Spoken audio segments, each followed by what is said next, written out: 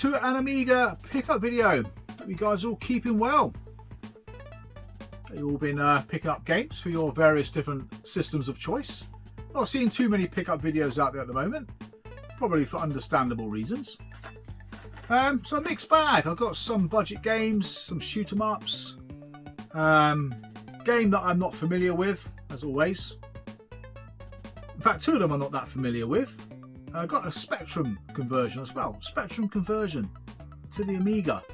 Now, I know around 1989, 1990, it went through a bit of a phase of releasing games that came out on the 8-bits in the sort of mid-80s and put them out on the Amiga. No idea why. RPGs, dungeon crawlers, platformers. Yeah, there's a mixed bag in here. Some of these games I've picked up over the last sort of 3 or 4 months in various types of bundles. Very few of them have come from individual sales. One was picked up because I was contacted by Cine Steve, who highlighted a game to me that I've been after for a while on the Amiga, but did have it on the ST. Well, still have it on the ST, but yeah, I'm going to get rid of that one. Even though the ST version is probably the more superior. Because I predominantly collect on the Amiga, I want all my games on the Amiga, except for the nostalgic games and the games that obviously didn't get a release on the Amiga. So yeah, just trying to make sure I don't have too much in the way of duplication, which is so easy to do when you collect. When you collect like me anyway, you want bloody everything. But there's no need for it, is there? So where should we begin? Let's start off with a budget label. Now, this budget label, I want to get every game on the Amiga. Same as the Spectrum, really. I've got pretty much all of them now except for 3. Now, the Amiga, I think I'm missing about 5 or 6. Very small budget label.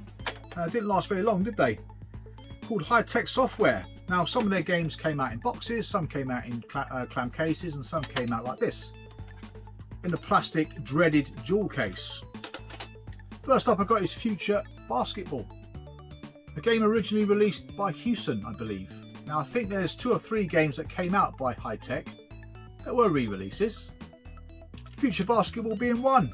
Unfortunately, there's no epoxy instructions, so I'm not sure the instructions came out in a pamphlet or there's a bit of the inlay that's been torn off. I don't know. That was a little bit frustrating.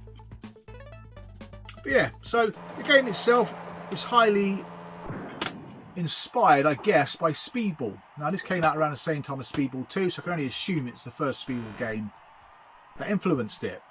Very similar, just on a basketball court. Going around really just playing basketball as you kind of would, by doing some dirty tackling, picking up some random icons off the floor. One who looks like a chainsaw, buzzsaw probably. Is it buzzsaw? I don't know what it is. The spinny thing goes round, chases your player till it knocks it down. But yeah, it's alright. I liked it. Just a very slow-paced version of Speedball. Not as good, but I suppose good value for money for a budget game. Yeah, that's about that really. Never had it back in the day, like half of these games. Next up, we got a game called Insecta Hecti in the Interchange. Got this confused with a game called Atom Ant. Atom Ant is very similar to Bomb Jack. Not a bad Bomb Jack clone, to be fair. Whereas this one, which is luckily is complete with instructions on the back of the inlay, it's not a bad little game. More of a puzzler, really. You literally go around the little maze, avoiding the insects, picking up certain objects that help you, or power you up really, give you a better weapon or whatever. Stops the timer going down. What you got to do is change certain elements of the maze, so the maze becomes rounded off and complete. Best way to demonstrate that is if you watch the footage that I'm now playing. I can't really articulate really what you do, but you kind of make the maze complete, yeah, basically. So you can go around it without actually falling off of it. That makes any bloody sense, but yeah, it's alright. I've only got off level 1. I can imagine it becomes very difficult very quickly. The world's first computerized detective. Yeah, it doesn't kind of describe the game very well, does it, really? But yeah, it's alright. Again, probably one of those games you might get a few hours out of it, because it can be quite challenging. But next up, we have another budget game of a game I had originally back in '92 in this big box form. A shoot 'em up. When I played it, I was quite impressed with it. I wasn't overly impressed with how the graphics looked. I'll kind of allude a little bit more on that later. That's Project X. I was really impressed with the high score table. That great little tune, quite a famous tune. Not sure what the name of it is. Exploding volcano, and yeah, it was pretty cool. Very difficult game. I think I can get to stage 2, maybe 3. Comes on one less disc on the budget label. I don't have many of these missing now. I think I'm missing the games I never had back in the day, like F-17 Challenge, some duck game, Quack is it? And maybe one more, but I had this, Assassin, a pity I played on a demo. Always believed the game originally came out by Team 17 because of the demo disc. Arcade Pool was the only game I played or bought from the shop in that sort of box. Oh yeah, the graphics. I found the graphics for this game looked a bit too clinical, a bit too clean and tidy for a shoot 'em up. Maybe it's just me, I don't know, but I just never really got on with how the game looked. Even though the graphics were thrown around at a right old pace, moved very smoothly, balls hard game. Yeah, I just couldn't get over the graphics. Maybe it's just me being rather peculiar. Who knows? That's probably the most likely logical explanation. Right. So next up we have this ZX Spectrum game. One of my favourite games of all time. One of my go-to games when I fancy playing a game, because I've never completed it. To get to stage 10 I worked out. It's a stage with the monkeys. You've got to pick up, I don't think it's bananas, it might be apples. But it's just friggin' hard. And the game is, I'll get it out of the case, Manic Miner. And it's Software Projects livery. Obviously I had various different iterations of cover from the old Whistling Miner, which is the one I remember. Instructions on the back of the inlay. You've got 2 versions of the game. You've got the original classic Spectrum version, which is not quite the classic Spectrum version because it's got different music, not the old beeper chip. Some of the moves you pull off on the original game you can't do. So the jumping's a little bit out of sequence, so I found it quite difficult, even getting off the first stage. Comes with a disc, 1990, so some 7 years after the original. So if you only ever played this on, I look at that receipt there, bought in 1990, $9.99. Now if you would have gone to the shops and bought that for $9.99, never have played the Spectrum Classic, I reckon you would have been disappointed. Because the game that was remade for the Amiga, yes, it looks nice, but quite dated. The level you have to scroll, that was a bit odd. You can't see the entire stage, is what you're used to playing it on the Sinclair Spectrum. So you scroll along, animation's quite nice, the graphics are quite nice, let's be fair, it looks alright. But certainly not something you would pay 10 quid for on the Amiga. And I found it quite difficult as well. You got like letters you can pick up, like Bubble Bobble, like Extend, and that I suppose is for an extra life. They tried to make it a bit arcadey, but yeah, you would be disappointed if you'd never played the original before. I am aware they brought out Chucky Egg, Jet Set Willy, and other games that came out on the Spectrum as well. Games like Renegade got late release, Ghouls and Ghosts. Ghouls and Ghosts? Ghosts and Goblins even. That was late release. Paperboy. Yeah, don't know why they've done it, to be fair, because by that point, by the time they got released, they were quite dated games. Alright, next up we have a game that I've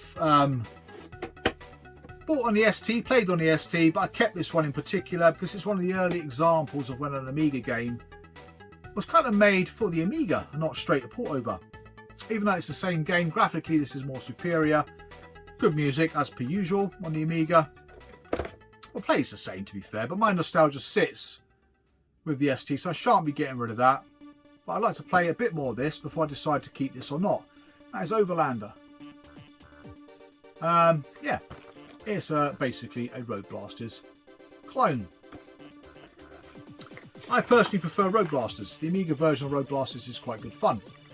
Now, you don't have the multiplier, you don't have the bubbles to pick up for fuel. Instead, you get money for doing jobs. So you've got to take a package from A to B. You'll get some money up front, use that money to put fuel in the car, buy some extra weapons, buy like a battering ram and stuff like that. And off you go on your merry way. Very similar then, you're shooting cars, avoiding mines, shooting those poxy bloody roadside turrets. They're a pain in the fucking arse in this game. It's good though, it's good, but I prefer Road Blasters. Also another one similar to this will be Technocop, which is slightly different at the end because you've got a whole platform scene or platform stage to deal with.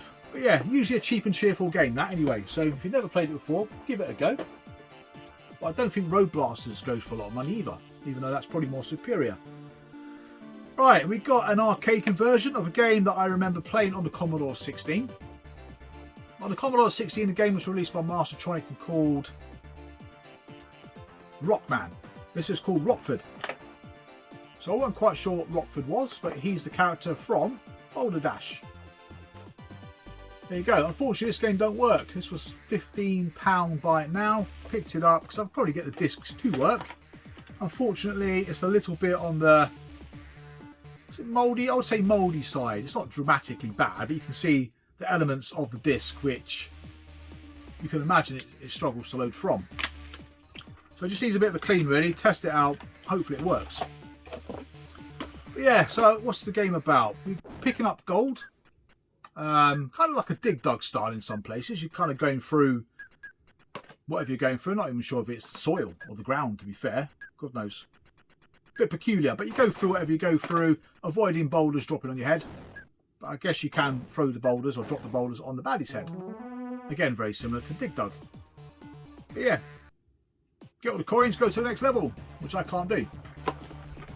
Yeah, not something again that I'm overly that fussed about. It just came up reasonable price for a game that's, I wouldn't even say it's desirable, is it? It's quite an odd one to find, a hard one to find even. Yeah, don't know why I bought it. I think it's just because it was relatively cheap.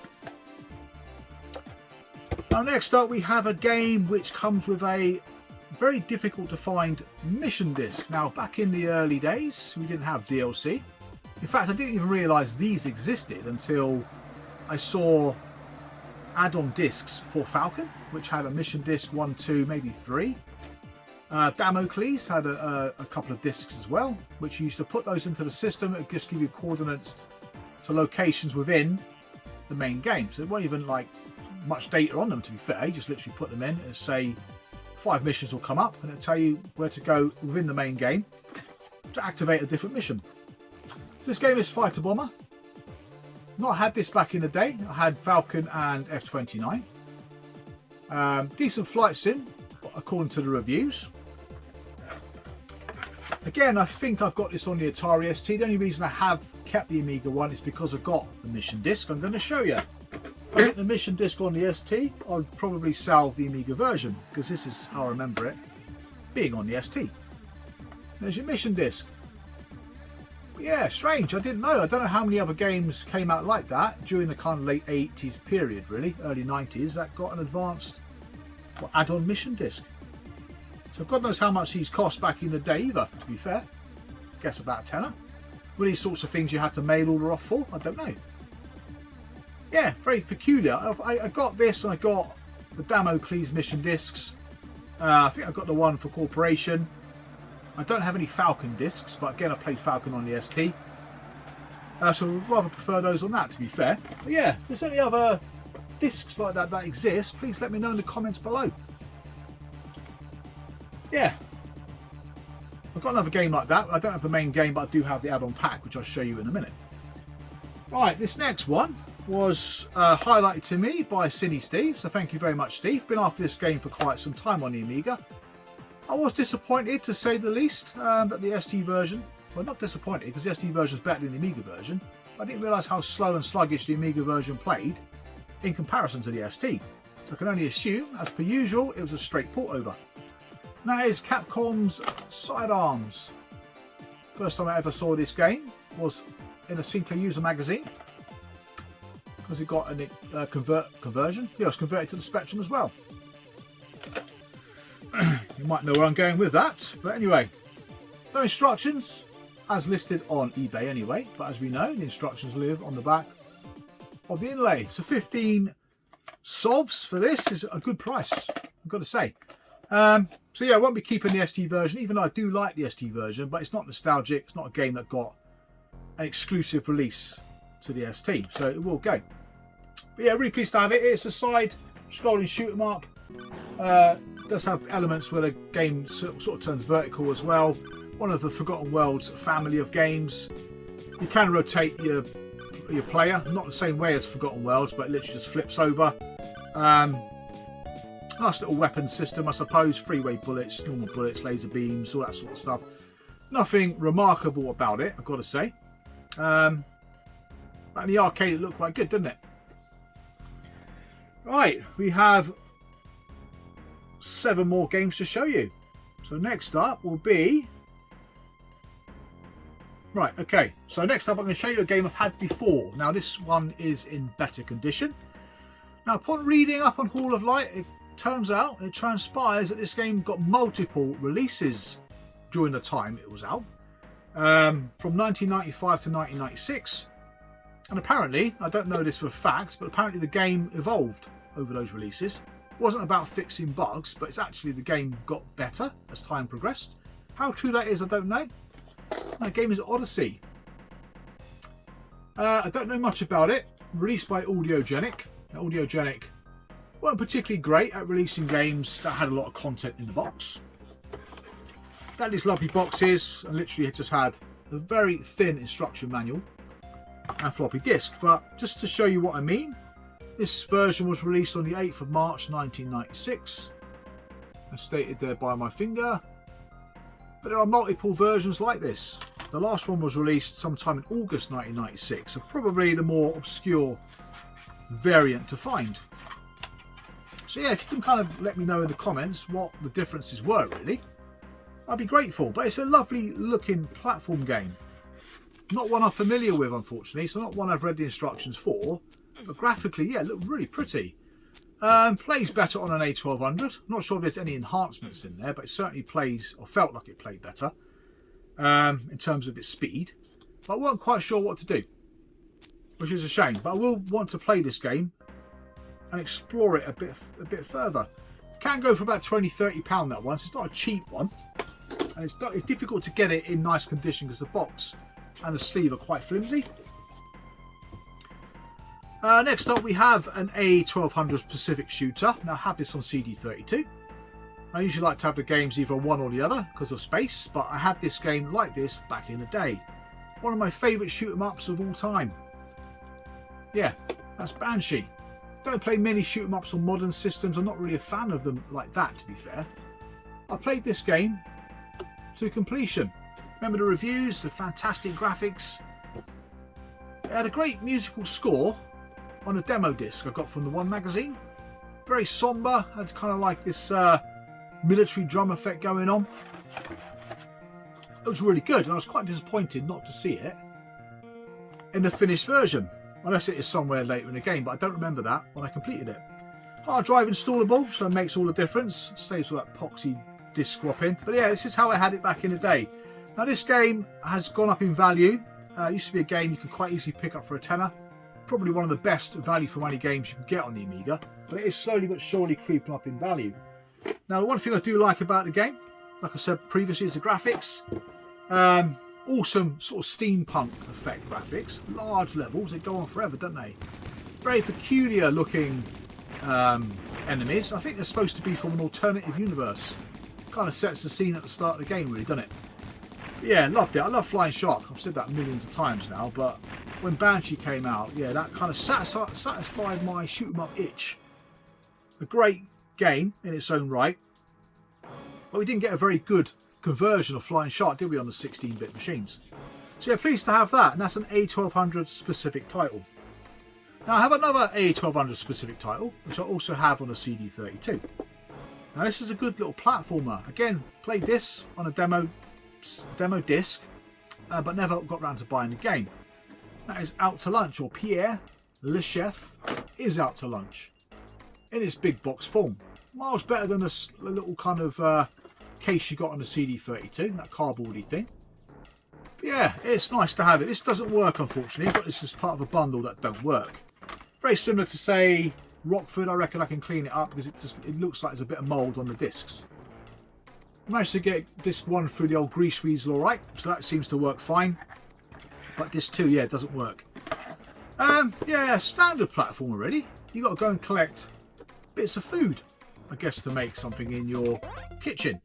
So you go around, you've got to find the net, pick the net up, then you can start bashing the food over the head with what looks like flour bags. Go and pick them up in your basket, pop down to the cage, drop them all in, Job done. I'm not sure exactly how much bits of food you've got to pick up, so you haven't got to pick them all up. But I can't remember at any point in the game it tells you how many bits to pick up, to be fair. It seems to be the higher you go in the level, the more snowier it becomes, and the more slippery the platforms are. Yeah, I quite like it. It's a very run-of-the-mill platform and nothing special, but it's nostalgic in the fact that I wanted it back in the day. And of course, it's an A1200 specific game. Right, what else? The next game, I could have sworn I had. Now, I wanted every standalone Psygnosis game on the Amiga, a feat I thought I achieved about 3 years ago. Now, for some reason, I was prompted to look at the database for this game. Don't know why, I thought I had it. Turns out I haven't got it. Look back on my old video that I put up about 5 years ago. Yep, it's not in there either. Now, this game is not an expensive game. It's not even a hard to find one. It's not even a desirable one or one that people would even know exists. There's a game called Cytron. I know. I've had this game through my hands on a lot of occasions. Not an expensive one. So yeah, it transpires that one did not have every single standalone game, either on a CD32 or on floppy disk form, on the Amiga.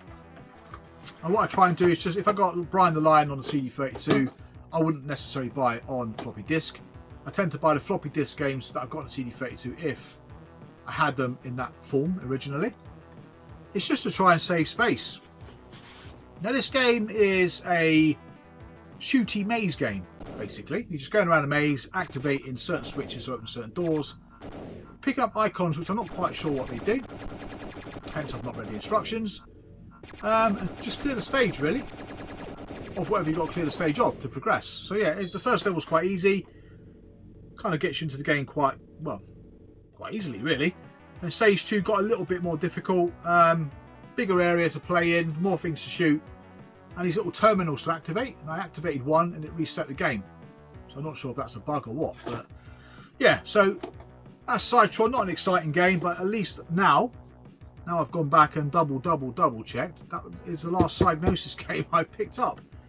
So it wasn't Arena after all, it was that, Cytron. Right, so next up I've got this other expansion set, maybe one of the earliest expansion sets on the Amiga and ST, I don't know. The full price game I would love to have, or the original, which I do have under a Psygnosis compilation, but I would like this set on the ST, because I've heard somewhere, whispering somewhere, that the ST version's better. That is Dungeon Master, The Chaos Strikes Back. Now, as you know, these games, when they come up, usually look like shit. They're really bad condition. The flaps have had it, been abused over time. The spinage is usually squashed. Yeah, not too bad actually, mostly quite nice, just a little bit squashed. But yeah, if you do collect these kinds of Atari 2600 style boxes, you know how bad they can look. So I'm really pleased to have this in that condition, but I would like the original game. Never played it. So was this kind of the earliest type of game on the Amiga? Dungeon crawler, I don't know. Yeah, nice to have it though, but I would like to get the original game, and then I can finally give it a go. Right, we've got two left. We've got a point and click and we've got an RPG. The RPG series, to be fair, I've never really played before. Not something that tickles my fancy, whereas this one does. First point and click I ever played was Operation Stealth on the ST. This is a game that I believe came out before, called Future Wars. Time Travelers. In France it's got the same description, but obviously it's all in French because that's where it originated from, by Delphine Software. They did produce some cracking games, didn't they, like Another World and Flashback, Operation Stealth, Cruise for a Corpse, Fade to Black on the PlayStation, complete with instructions, discs and a little see-through grid which you place upon a picture within the manual. The game then says, it doesn't actually, it draws a load of pictures, doesn't it, and says which picture resides in which grid reference. And off you go then and look on your little grid. But yeah, quite a convoluted way of protecting a game, but there were many examples of that, weren't there, back in the day. Now this game I remember quite well in the magazine, because the screenshot they had was the one in front of the skyscraper when a guy was standing on a cleaning platform, or window cleaning platform. So that's about as far as I can get in the game, really. I'm on that little platform, managed to raise it up to get to the window where a guy was previously hurling abuse at you, and you go into a little office. That's as far as I've ever got.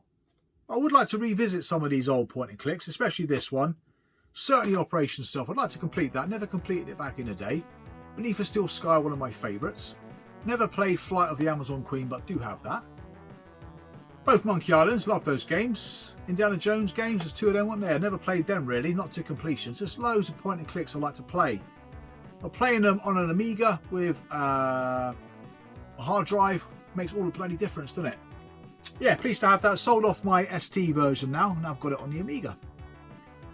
And finally, very famous franchise, and I believe only 3, 4, 5 and 6 exist on the Amiga. Part 2 does exist on the ST. And the first one, I think, came out in the C64, but in America it was released on a multitude of different old micros, which we didn't really get over here, like the Apple II. Ultima 4. This was in part of a bundle, saw it recently sell though for about £100. I personally prefer the US release of it, which came in the bigger box that looked more like number 3 and number 5 did on the Amiga. And number 2 comes in a similar style big box on the ST. But we got that. Same sort of artwork, but obviously you've got the big border. The box is probably about 20% bigger again. Plenty of content in these, as you get the famous little tea towel, which is pretty cool actually. I don't believe the final game I got, number 6 on the Amiga, has a tea towel. I think it has more of a paper form of a map. But certainly number 3, 4 and 5 do. Another thing that normally is missing, it was missing on my ST version when I sold it, is this little trinket cross thing. I'm not quite sure what they're properly called. But yeah, nice to have it complete. But yeah, never played this series before. Not sure if it's a turn-based game or what, but it's very old looking. Probably something that would not have interested me back in the day. But I know many of you probably really enjoyed your Dungeons and Dragons and your board games and all the rest of it, and probably might like to play that. Yeah, if it's any good, please let me know in the comments box below, but I doubt I'll ever play it. It's more of a collector's piece really than a game that I would play, one must admit. That's it. I've got more Amiga stuff to show you. I'll probably save that for another video, maybe after Christmas now. So the next video I'm going to do will be a miscellaneous section. There will be some Amiga games featured in that, as always. I've got loads of spec as per usual. A few more games for the C64, which finishes off a subset. A few more pickups for the Amstrad. ST, there's a few pickups there, including a gift from Will, which I will show you in that particular video. Mega Drive, a couple of games, not a lot. I still don't really pick a lot of Mega Drive stuff up. Every now and then I might find a nice, cheap Japanese Mega Drive title to pick up, which I will pick up. PlayStation, 1 or 2 games there, including the game I love on the PlayStation. Couldn't wait to get it, but never got around to doing so. But I played it on the Commodore Amiga. So that's it. So thank you very much for watching the video. Thank you very much for subscribing. I'll see you guys again real soon, so take care, and bye for now.